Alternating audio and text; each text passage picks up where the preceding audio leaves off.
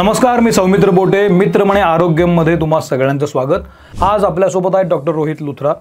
रोहितजी, तुमचं मनपूर्वक स्वागत करतो मी. रोहितजी रोबोटिक ऑर्थोपेडिक सर्जन आहेत आणि शोल्डर, नी आणि हिप, खुबा या संबंधीच्या शस्त्रक्रियांमधले मास्टर म्हणून ओळखले जातात. त्यांना जॉईंट जिनी असंही म्हणतात आणि आजपर्यंत त्यांनी 8,000 पेक्षा जास्त शस्त्रक्रिया केलेल्या आहेत आणि 100% सक्सेस रेशो आहे त्यांचा. वा, तर असे हे डॉक्टर आज आरोग्यमध्ये आलेत. मला खूप आनंद होतोय. ऑपरेशन झाला खुब्याचा, टोटल हिप रिप्लेसमेंट झाल्यानंतर पेशंट 24 तासामध्ये घरी जाऊ शकतो. So that is a magic of robotic surgery. एक तर आहे की ड्रिंकिंगमुळे, अल्कोहोलमुळे खुबा खराब होऊ शकतो. त्याला एव्हॅस्क्युलर नेक्रोसिस म्हणतो. त्यामुळे कोविडमुळे भरपूर एव्हीएनचे पेशंट वाढले. तर हे जे टेक्निकसाठी आता आमच्याकडे डॉक्टर पूर्ण भारतामध्ये डॉक्टर शिकायला येतात.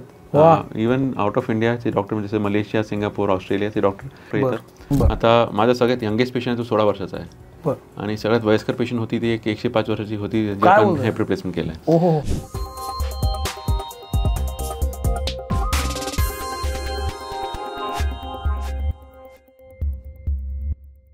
आज आपण त्यांच्याशी बोलणार आहोत. तर ते हिपबद्दल तर आहेच, म्हणजे खुबा आणि त्याच्याशी संबंधित ज्या शस्त्रक्रिया केल्या जातात, ज्या उपचार पद्धती ते करतात त्याबद्दल तर बोलायचंच आहे. पण त्या अनुषंगाने त्यांच्या हॉस्पिटलमध्ये कशा पद्धतीच्या शस्त्रक्रिया चालतात, रोबोटिक शस्त्रक्रिया कशा होतात, याबद्दल पण आपण बोलूया. तुमचं स्वागत. तुम्ही आज वेळात वेळ काढून मित्र म्हणे आरोग्यमध्ये आलात, याबद्दल आमच्याकडून ही एक छोटीशी भेट. Thank you. Doctor, 8,000 operations is not a joke. म्हणजे खूप मोठा आकडा आहे आणि सक्सेसफुल तुम्ही ते करून दाखवलेलं आहे. आज रोबोटिक सर्जरी आली की पहिली जी काही महत्त्वाची नाव येतात तर तुमचं नाव येतं. मला सुरुवातीमध्ये आत्ता एवढंच समजून घ्यायचं आहे की रोबोटिक शस्त्रक्रिया कशी होते, ती तुमच्याकडे कधीपासून यायला लागली, तुम्ही ती कशी काय आत्मसात केली, काय सांगाल? रोबोटिक सर्जरी बेसिकली असं आहे की रोबोट ऑपरेशन करत नाही. बरं. एक रोबोटिक टेक्नॉलॉजीने डॉक्टर ऑपरेशन करतो. तर त्यामध्ये आपण काय करतो की प्रत्येक पेशंटचा समजा खुब्याचा प्रॉब्लेम आहे फॉर एक्झाम्पल, तर खुब्याला त्रास काय होतो की एव्हीएनचा त्रास असतो, एव्हॅस्क्युलर नेक्रोसिस, ज्यामध्ये खुब्याचे रक्तस्त्राव बंद पडून जातो. तो खुब्याची झीज होते, सांधा खराब होतो आणि आर्थरायटिस बसतो. मग तेव्हा आपल्याला रोबोटिक सर्जरी करावी लागते. त्यामुळे आपण त्याचे 4 टप्पे असतात, पहिला, दुसरा, तिसरा आणि चौथा.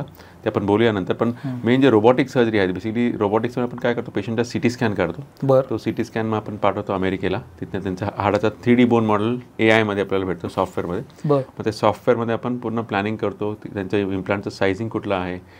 आता हिप रिप्लेसमेंट 3 भाग असतात, कप असतो, स्टेम असते आणि बॉल असतो. तर कुठल्या साईजचा कप लागणार, कुठल्या साईजचा स्टेम लागणार, कुठल्या साईजचा बॉल लागणार आणि किती पाय छोटा झाला आहे, किती मिलीमीटर फरक आहे, मिलीमीटर आपण जाणू शकतो ऑपरेशनच्या आधी.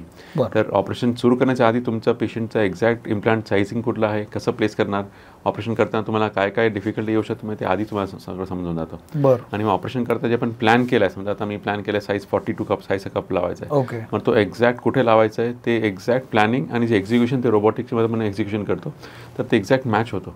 मग तुम्ही जे ऑपरेशन झाल्यानंतर जे नॅचरल हिप होता पेशंट, तो प्रत्येक पेशंटला परत आम्ही त्यांचा नॅचरल हिप देऊ शकतो.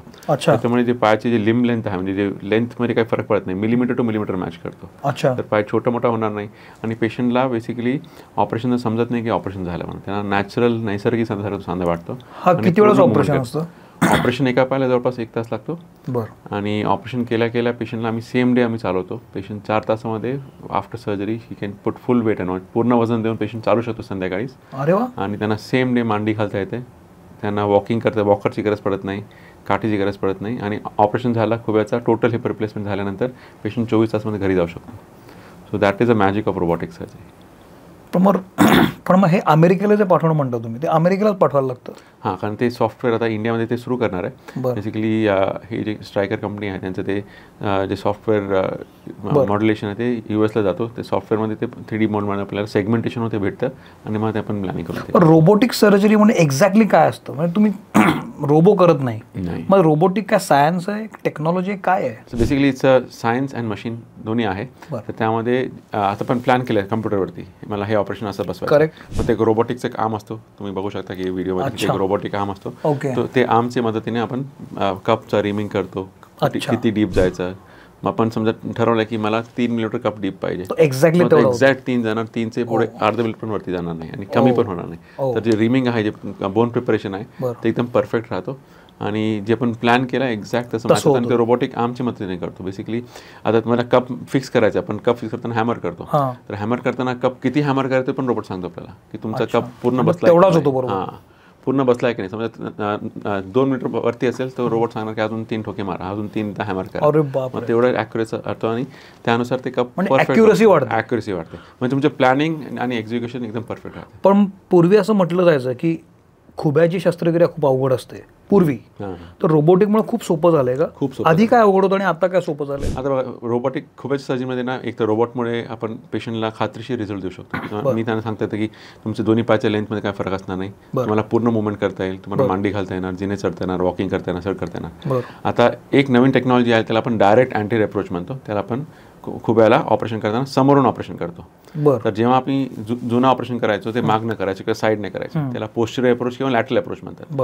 तर ती जी अप्रोच होती त्यामध्ये आपण 8 ते 10 स्नायूला कट करून, मेजर मसलला कट करून आपण खुब्यापर्यंत पोहोचायचो, कप बसवायचं आणि मग ऑपरेशन झाल्यावर ते मसल्स आपण शिवायचो. पण स्टिच करताना ते मसलची ताकद 50% कमी होऊन जाते.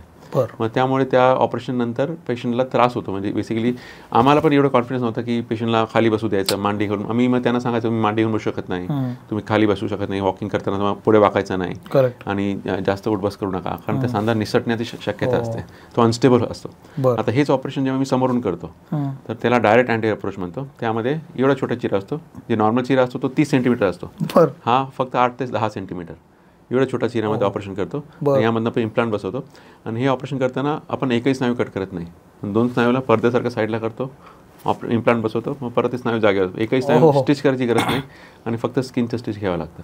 मग त्यामुळे पेशंटला कुठलाही प्रकारचं रिस्ट्रिक्शन नाही. ते मांडी घालू शकता, टॉयलेटला इंडियन टॉयलेट वापरू शकता, जिने चढू शकता, पुढे वाकू शकता, सेम डे पासून काही त्रास नाही. आणि पेशंटला ऑपरेशन झाल्यावर त्रास असत नाही, कारण चिरा पण छोटा आहे आणि एकही स्नायू कट झालेला नाही, त्यामुळे लिम्पिंग नाही, काही नसतं, एकदम patient as it is natural heap सारखं चालतो. पण बॉडी पण लगेच ऍक्सेप्ट करते फॉरेन बॉडी टाकल्यानंतर, कारण ते हे जे इम्प्लांट आहे सगळं प्रेस फिट असतात. तर रोबोटिकमध्ये कुठला साईजचा इम्प्लांट हाडाला मॅच होतो ते पण आपण बसवतो, की प्लॅन करतो आधी की तू कुठला इम्प्लांट कसं बसणार, किती फिट बसणार, ते एक्झॅक्टली रोबोटमध्ये समजावतं आपल्याला. ते आपल्याला त्यामुळे एक्झॅक्ट प्लॅनिंग आणि मी बोललो परत की प्लॅनिंग आणि एक्झिक्युशन एकदम परफेक्ट राहते. प्लस जेव्हा आपण अँटी अप्रोचने करतो, समोरून करतो, तर पेशंटला वेदना कमी असते, रक्तस्राव कमी असतो, ब्लड ट्रान्सफ्यूजनची गरज पडत नाही, पेशंट सेम डे पण घरी जाऊ शकतो किंवा नेक्स्ट डे घरी जाऊ शकतो. आधीच हाच ऑपरेशन आम्ही खूप ऑपरेशन करायचो, पेशंट जवळपास 8 दिवस हॉस्पिटलला राहायचा. बापरे. आता नाही, 1 दिवस राहतो हॉस्पिटलला. तर कॉस्ट ऑफ ट्रीटमेंट पण कमी झाली. त्यामुळे 8 दिवस हॉस्पिटलमध्ये राहणं, अँटीबायोटिक इंजेक्शन वगैरे लावणं, 5 दिवस सलाईन लावणं, इंजेक्शन लावणं, ते सगळं बंद झालं. आता फक्त सिंगल शॉट अँटीबायोटिक, पेशंट संध्याकाळी किंवा नेक्स्ट डे घरी जाऊ शकतो. अरे वा. तर हे सगळे ॲडव्हान्टेज आहे रोबोटिकचे सर्जरीचे. पण मग ह्याच्यामध्ये कोण कोण उपचार घेऊ शकतं? म्हणजे काही लोक बऱ्याचदा खुब्यातनं हाड निसटतं, हे खूप बेसिक होतं, पण खुब्याचे कुठले कुठले प्रॉब्लेम असतात ज्याच्यावर रोबोटिक उपचार असू शकतो? तर खुब्याचे जे मेन आता जे त्याला आपण हिप आर्थरायटिस म्हणतो, ते त्याचे भरपूर कारण आहे. एक तर आहे की ड्रिंकिंगमुळे, अल्कोहोलमुळे खुबा खराब होऊ शकतो, त्याला एव्हॅस्क्युलर नेक्रोसिस म्हणतो. तर एव्हीएन, एव्हॅस्क्युलर नेक्रोसिस, जेव्हा आपण जे पेशंट जास्त दारू किंवा अल्कोहोल घेतात त्यांचे जे खुब्यातली आतली रक्तवाहिनी चोकअप होऊन जाते, त्यामुळे त्या बॉलला रक्त भेटत नाही, मग तो सडायला सुरुवात होतो आणि त्याचा आर्थरायटिस बसतो. दुसरा कारण आहे स्टेरॉइड्स. खूप लोकांना ज्यांना स्टेरॉइड दिले गेलेले आहे, जसं आपल्या आता कोविड आला होता, कोविडमुळे भरपूर लोकांना रेमडेसिवीर किंवा स्टेरॉइड लागले, त्यामुळे कोविडमुळे भरपूर एव्हीएनचे पेशंट वाढले. तर हिप रिप्लेसमेंट सर्जरी आम्ही महिन्यातून 3 किंवा 4 करायचो, आता तो महिन्यातून 30 किंवा 40 सर्जरी करतो, एवढे वाढले. तर हे सगळं स्टेरॉइडमुळे. आणि तिसरं कारण आहे की ट्रॉमा किंवा फ्रॅक्चर झाले, पडले, ॲक्सिडेंट झाला, त्यामुळे खुबा तुटला, तर ते रोबोटिक उपचार. तर हे सगळं त्यामुळे नंबर्स वाढत चालले स्टेरॉइड अब्यूजमुळे किंवा अल्कोहोलमुळे. आणि आता कसं की आधी पेशंट खूप घाबरायचे की हे ऑपरेशन केलं की चालता बसता नाही आणि काय करता नाही. पण आता हे रोबोटिकमुळे we can give them guaranteed result. तर त्यामुळे पेशंट जास्त आता तयार होतात, ऑपरेशन ते बघतात रिझल्ट. 5 वर्ष आधी मला एक पेशंट भेटला होता, 62 इयर्सचा बाबा, ते शेतकरी, आपल्या गावातले शेतकरी लातूरचे. तर त्यांना खुब्याचा खूप त्रास होता, पण ऑपरेशन टाळत होते कारण त्यांना त्रास खूप होत होता, चालता येत नव्हतं, बसता येत नव्हतं. पण ऑपरेशन का टाळत होतं? कारण ऑपरेशन केलं की 2 महिने सुट्टी होईल बरोबर, काम पूर्ण काम थांबेल, शेती करता येणार नाही, पूर्ण वर्षभराची इन्कम जाणार, कारण ते अफोर्ड करत नव्हते. आणि शेवटी मग त्यांनी तेव्हा ऑपरेशन केलं, पण पूर्ण 1 वर्षाची इन्कम गेली आणि खूप त्रास झाला. त्याने ऑपरेशन कुठे दुसरीकडे केलं, पोस्टेरियर ऑपरेशन केलं आणि शेवटी झालं. मग आता परत माझं काय आलं की मला त्रास होत आहे आणि आम्ही आता ऑपरेशन केलं त्यांचा. तुम्ही बघू शकता. तुमच्याकडे कसे आले ते? ओपिनियन घ्यायला, की त्यांना ऐकलं की त्यांचे माझे एक पेशंटचं आम्ही ऑपरेशन केलं आणि तू लगेच कामाला जाऊ शकतो, 1 8 दिवसात ते परत कामाला गेला. पण त्यांनी जे ऑपरेशन केलं होतं पहिलं आधीचं ऑपरेशन दुसरीकडे केलं असेल, क्युअर झालंच नव्हतं? क्युअर झाला, पण टाइम खूप लागला. बरं. आणि त्यांना रिस्ट्रिक्शन खूप होले की खाली बसू नका, मांडी घालू नका, पुढे वाकू नका. आता मग आमच्याकडे आले, आम्ही ऑपरेशन केला, नेक्स्ट डेला घरी गेले, 8 दिवसात शेतात आणि 15 दिवसात पूर्ण काम करतात शेतातलं. तुम्ही बघू शकता व्हिडिओमध्ये की दिस पेशंट हे जे आहे बाबा, तर ते शेतकरी आहे, पूर्ण शेतातलं सर काम करतात. तुम्ही आणखीन भरपूर व्हिडिओ त्यांचे तुम्ही बघू शकता की he is able to do everything. गाडीत होतात, सगळं गाडी मशीद, व्हिडिओ बघितला मी, तुम्ही बघू शकता, मशीद होतात, शेतातली कामं करतात.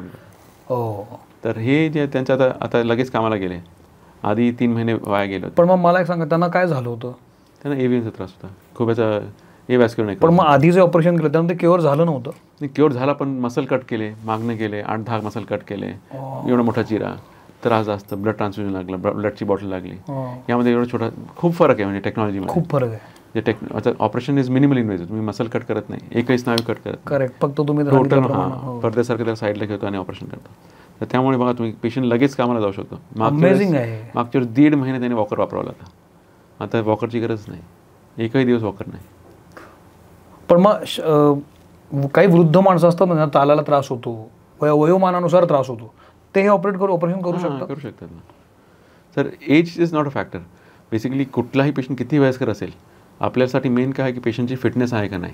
तर त्यासाठी आपण त्यांची पूर्ण रक्त तपासणी करतो, चाचणी करतो, x-ray, chest x-ray, ECG, echo, stress test, सगळं हे पूर्ण तपासणी करून त्याचं फिटनेस आहे की तेव्हा आधी बघतो. पण मोठीमध्ये मी तुम्हाला एक साधा प्रश्न विचारतो.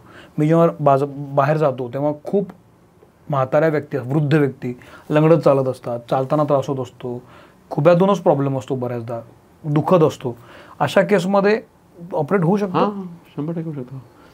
तर ऑपरेशन वय तेच म्हणतो की पेशंट फिट असेल तर आपण 100% ऑपरेशन करू शकतो आणि त्यांना परत नॉर्मलसारखं करू शकतो. आता किती पेशंट आमच्याकडे येतात, ते आजीवर चालता येत नाही, झोपलेले आहे, 3 महिने झाले बेडवरती उठले नाही, ऑपरेशन झाल्यानं लगेच कामावर लगेच मुवमेंट करता येते, शेती करू शकतात, ट्रॅक्टर चालवता येते, सगळं करता येते. आणि जे डोंगर चढता येईल, ट्रेकिंग करता येईल, ज्यांना वाटतं ना की आता आयुष्य संपला म्हणून, असं नाही, ते सगळं परत नॉर्मल सुरू होऊ शकतं. वा. मला त्रास होतोय आणि मी आता तुमच्याकडे गेलो पाहिजे, ह्याचे काही सिम्पटम्स असतात का? हां, तर खूपच सिम्पटम कसं असणार की पेशंटला बसून उठताना त्रास होणार, चालताना लिंप होणार, पाय फाकताना त्रास होणार, मांडी घालता येणार नाही, टॉयलेटला बसून उठताना त्रास होणार. हे जे पेन आहे ते इथे समोर किंवा मागे. तर मागचा पेन जे स्पाईनमुळे पण होऊ शकतो, पण हे समोर होणारा पेन किंवा हे जे C अँगलवर पेन होणार पेन, ते खुब्याचा पेन असतो. तर ते हे जे पेन आहे, उठताना, बसताना, मुवमेंट करताना, पाय फिरवताना, हे सगळं खुब्याचे पेन असतात. तर त्यामुळे खुब्याचा त्रास आहे तर आधी तुम्ही डॉक्टरांकडे जायचं, त्यांच्याकडे जाऊन तुम्ही कन्सल्टेशन करून नेसेसरी इन्व्हेस्टिगेशन डॉक्टर तुम्हाला तपासतील आणि कुठलं तपासणी करायचं, एक्सरे करायचं का MRI करायचं ते डॉक्टर ठरवून मग सांगतील. कारण AVNचे पण स्टेज असतात, स्टेज 1 आहे, 2 आहे, 3 आणि 4, टोटल 4 स्टेज असतात. तर स्टेज 1 आणि 2 मध्ये ट्रीटमेंट आहे बेसिकली मेडिसिन्स, फिजिओथेरपी आणि एक ऑपरेशन असतं, त्याला कोड डिकम्प्रेशन किंवा स्टेम सेल थेरपी म्हणतो, ते करू शकतो. पण that success rate only 30 to 40%. तर हे जे AVN आहे त्याला कुठलाही असं जादू ट्रीटमेंट नाही, त्याला तुम्हाला 1 पासून 2 होणार, 2 पासून 3, 3रा स्टेज होणार, 3रा पासून 4था स्टेज होणार. ते तुम्ही कुठलाही औषधाने, होमिओपॅथिकने, आयुर्वेदिकने, ॲलोपॅथिक त्याला 100% कव्हर करू शकत नाही. तर एकच परमनंट सोल्युशन आहे त्याला, ते आहे टोटली रिप्लेसमेंट, रोबोटिक सर्जरी. त्याने तुम्हाला 100% रिझल्ट येतो. आणि कधी ऑपरेशन करायचं होतं निर्णय बेसिकली पेशंट ठरवतो की त्यांना त्रासनुसार आहे. बेसिकली आता किती पेन आहे, पेन खूप जास्त असेल तर आम्ही सांगतो तुम्ही ऑपरेशन करा. पेन कमी असेल आपण गोळ्या औषध किंवा फिजिओथेरपी त्याला पुढे गोळ्या औषधाने हा हिपचा जो त्रास आहे कमी होऊ शकतो. पेन कमी होणार पण प्रॉब्लेम सॉल्व्ह होणार नाही, प्रॉब्लेम सॉल्व्ह होत नाही. कारण एकदा रक्तवाहिनी चोकअप झाली ते परत उघडता येत नाही. मग त्याला हृदयासारखं नाही की अँजिओप्लास्टिक केली आणि ओपन होऊन जातं, याला ते हाडाच्या आतली रक्तवाहिनी असते, त्याला ओपन करता येत नाही. तर ते एकदा ब्लॉक झाले की ते ब्लॉक झाले, त्याला कुठलाही तुम्ही बाकी पण ऑपरेशन असतात, कोड डिकम्प्रेशन वगैरे, पण त्याच्यात सक्सेस ओनली 30% आहे, त्याने काही जास्त फायदा होत नाही. सगळ्यात महत्त्वाची गोष्ट असते हिपची शस्त्रक्रिया करायची की नाही, हे एज फॅक्टरवर पण ठरतं.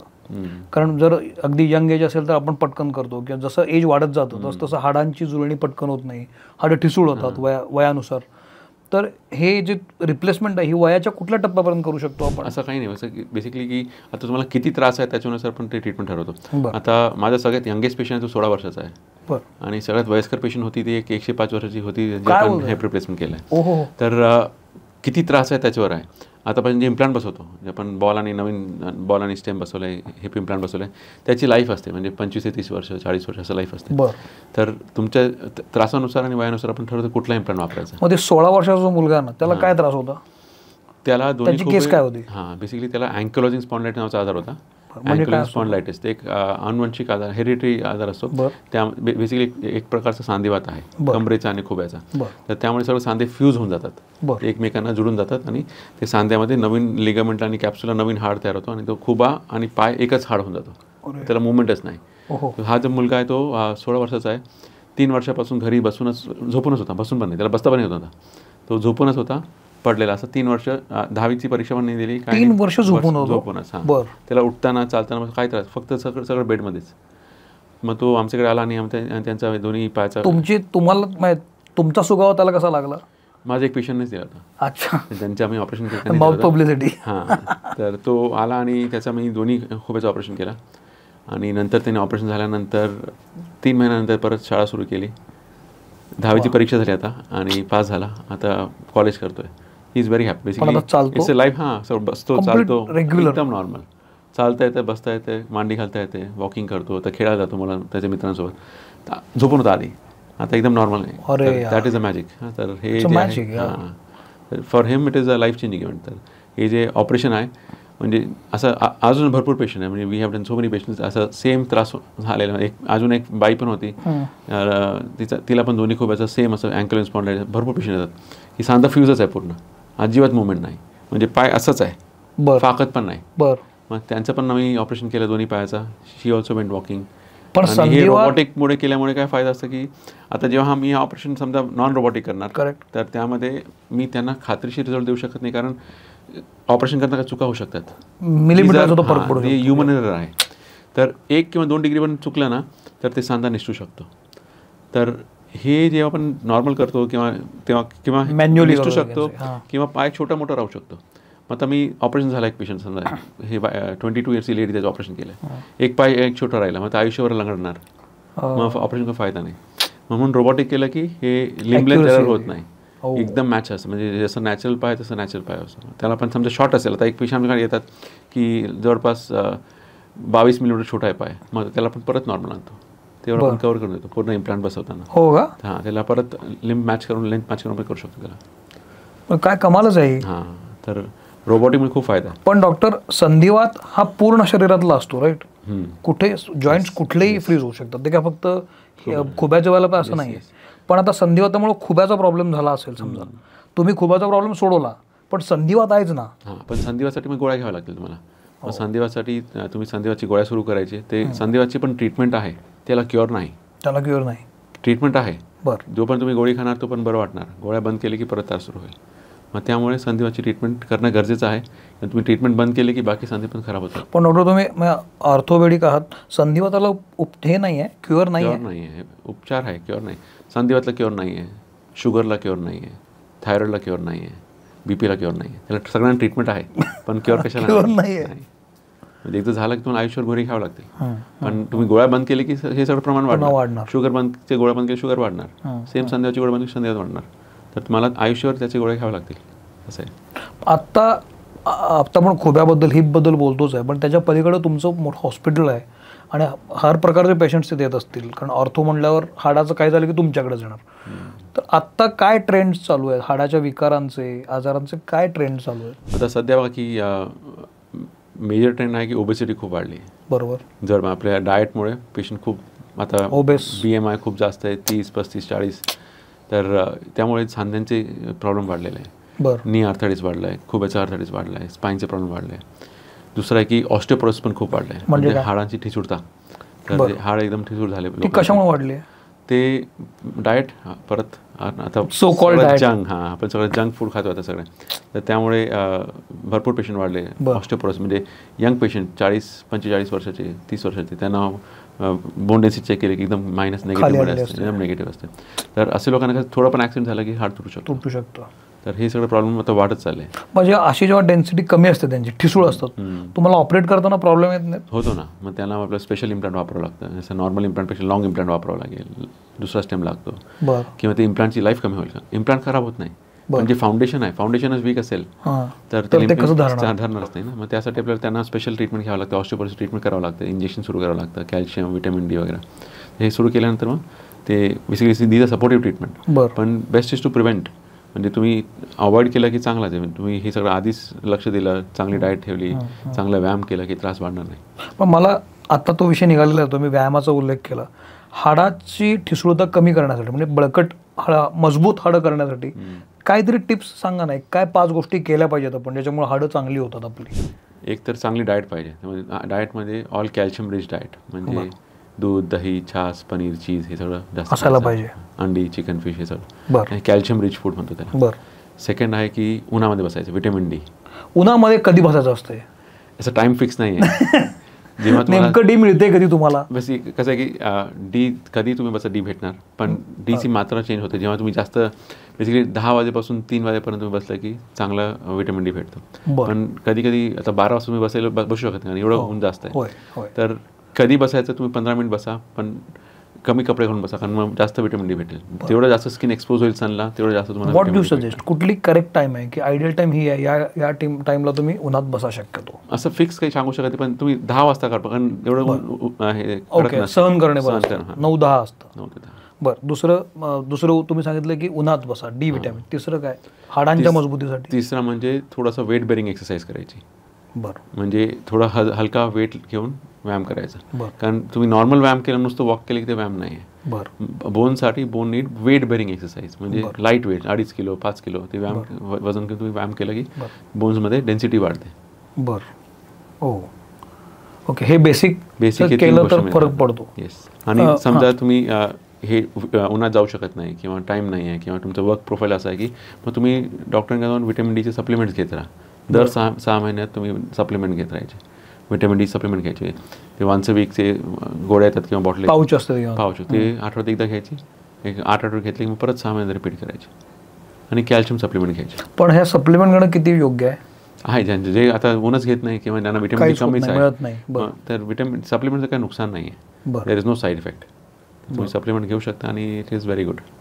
हिपचा तुम्ही जेव्हा ऑपरेशन करता, रोबोटिक सर्जरी करता, त्याच्यानंतर ती किती वर्ष टिकते? ती रिप्लेस करायला लागते? ते इम्प्लांटवरती असं कुठला इम्प्लांट प्रकारचे इम्प्लांट तुम्ही वापरताय. सगळ्यात भारीतला म्हणजे सेरेमिकॉन X3 वेगळे येतात, मेटल पॉली येतो, सेरेमिकॉन पॉली येतो, सेरेमिकॉन सिरेमिक येतो.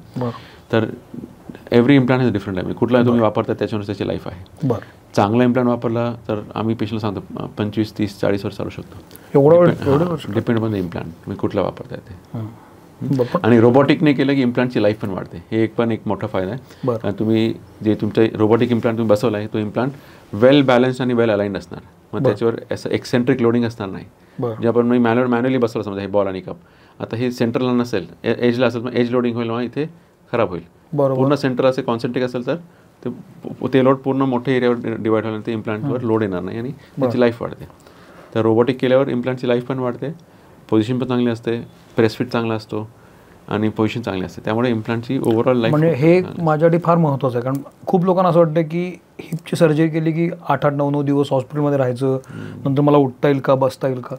ही दिस आय ओपनर की टेक्नॉलॉजी बदलली आहे आणि आता खूप गोष्टी सोप्या झाल्यात. ह्याचा साधारण खर्च काय असतो? म्हणजे परवडनेबल असतो की खूप खर्च असतो? कसं असतं? बजेट काय असतं साधारण? आता बजेट पण डिपेंड करतो तुम्ही कुठल्या प्रकारचा इम्प्लांट लावणार, आणि इम्प्लांटचे कॉस्ट वेगळे वेगळे आहे. आणि कुठले रूम कॅटेगरी घेणार, तुम्ही जनरल वॉर्ड घेणार का प्रायव्हेट रूम घेणार. पण मिनिमम लेवलवर काय असतं? मिनिमम पॅकेज जे आहे ते चांगला इम्प्लांट वापरला की 2 लाखापासून सुरू होतो. इम्पोर्टेडवाला. आणि त्याची लाईफ जवळपास 20-25 वर्ष लाईफ असते. आणि package goes up to 4 lakh rupees for 1 okay 4 लाखापर्यंत जातो. ते कुठला तुम्ही वापरता तुम्ही वापरू शकता. पण मला हे वाटतं की 16 वर्षाचा मुलगा जेव्हा धावायला लागला असेल तर त्याच्यासाठी 2-4 लाख रुपये काहीच नसतील. त्याचं लाईफ वेगळं झालं, बदललं. आता अजून एक डॉक्टर आहे, तुम्ही इथे आमचे पुण्याचे डॉक्टर आहे, त्यांचे दोन्ही खूप हे केले. He is doing marathon after surgery. काय दोन्ही खूप हे केलेले. ते मॅरेथॉन पळतात. आता he is practising for triathlon आयर्नमॅनसाठी. अरे वा, इतकं काहीच फरक पडत नाही, ॲज इट इज एकदम नॉर्मल होतं. विसरून जातो पेशंट ऑपरेशन झालं म्हणून. It is as good as normal natural hip. एवढं चांगलं होतं. तुम्ही जे 105 वर्षाचं उदाहरण दिलं ना मला, 105 वर्षाच्या कुठल्या तरी एका पेशंटचं, आजी होत्या त्या, तर जसं वय वाढत जातं तसं ते लावणं तेवढं सोपं राहतं का? त्याचे काही वेगळे टेक्निक? हां, तर कसं असतं की म्हणजे जसं वय वाढलं, समजा आता 105 वर्षाची जे आजी होते त्यांना खूप फ्रॅक्चर झाला होता. तर फ्रॅक्चरमध्ये चालतच नव्हते ते. मग त्यांना आपण पार्शल हिप रिप्लेसमेंट, पूर्ण सांधा नाही बदलला, फक्त बॉल काढून नवीन बॉल बसवला. तर त्यामुळे जेव्हा हार्ट खूप सॉफ्ट असतो किंवा हार्ट स्ट्रॉंग नसेल तर प्रेसफिट इम्प्लांट बसणार नाही. मग त्यांना आम्ही सिमेंटेड इम्प्लांट लावतो. म्हणजे काय? ते सिमेंट टाकून ते इम्प्लांट फिक्स करतो. बोन सिमेंट म्हणून एक सिमेंट येतो. तर सिमेंट आपण बोनमध्ये टाकतो आणि त्याच्यावर ते इम्प्लांट बसवतो. मग तो सिमेंट क्युरिंगपर्यंत मग ते तेव्हाच ऑन टेबल कडक होऊन जातो. मग लगेच नेक्स्ट डे पण चालतं येतं त्यांना. मग त्याला पण आराम करायची गरज नाही, काही नाही. पण ह्या एजमध्ये पण हे होतं? हां, हे cemented implant is for old age patients only. Younger पेशंटसाठी आम्ही अनसिमेंटेड. कारण मी काय विचारलं, ऑलमोस्ट 60-70 नंतर खूप घटना घडतात की माणूस घसरून पडतो, एज पटकन तोल सावरता येत नाही आणि मग नंतर तर खुब्याचं ऑपरेशनचा प्रॉब्लेम होऊन बसतो. अशा केसमध्ये जेव्हा वय खूप वाढलेलं असतं तेव्हा ती जखम भरून येते का, किंवा शरीर साथ देतं का त्या ऑपरेशनला? तर कसं असतं, हे जे फ्रॅक्चर आहे आपण जेरियाटिक फ्रॅक्चर म्हणतो. बरं. जेरियाटिक ग्रुप म्हणजे जे population about 60 years is called geriatric population. बरं. तर हे जे लोक आहेत त्यांना खूप कॉमन, म्हणजे बाथरूममध्ये पडले किंवा घरामध्ये निसटून पडले तर खूप फ्रॅक्चर होतो. सर्वात कॉमन फ्रॅक्चर खुब्याचं किंवा कमरेचं असतं. तर कमरेमध्ये मणके चेपतात पण त्याला ऑपरेशनची गरज पडत नाही. ते बेसिकली अरेस्ट आणि बेल्ट पट्ट्याने ठीक होऊन जातं. खुबा तुटलं तर त्याला पर्यायच नाही, त्याला ऑपरेशन करावं लागतं. समजा ऑपरेशन नाही केलं तर 30% चान्स असतो की पेशंटला पुढे जगता येणार नाही. कारण ते चालत नसेल, झोपूनच राहिले तर पायामध्ये मग रक्ताची गाठी तयार होतात, बेडसोर होतो आणि चुकून ते रक्ताची गाठ पुढे फुफ्फुसात गेली किंवा मेंदू गेले किंवा जीवाला धोका होऊ शकतो. तर त्याऐवजी ऑपरेशन केलं की दॅट रिस्क इज रिड्यूस्ड. तर त्यामुळे आपण काय करतो की ते बॉल काढून कृत्रिम बॉल बसवतो किंवा ते बॉलला पण फिक्स करू शकतो फ्रॅक्चरने. आता बोन क्वालिटीवरून डिसाईड करतो की त्याला फिक्स करायचं का रिप्लेस करायचं. करेक्ट. बोन खूप सॉफ्ट असेल तर आपण त्याला कृत्रिम बॉल, नवीन बॉलच टाकतो.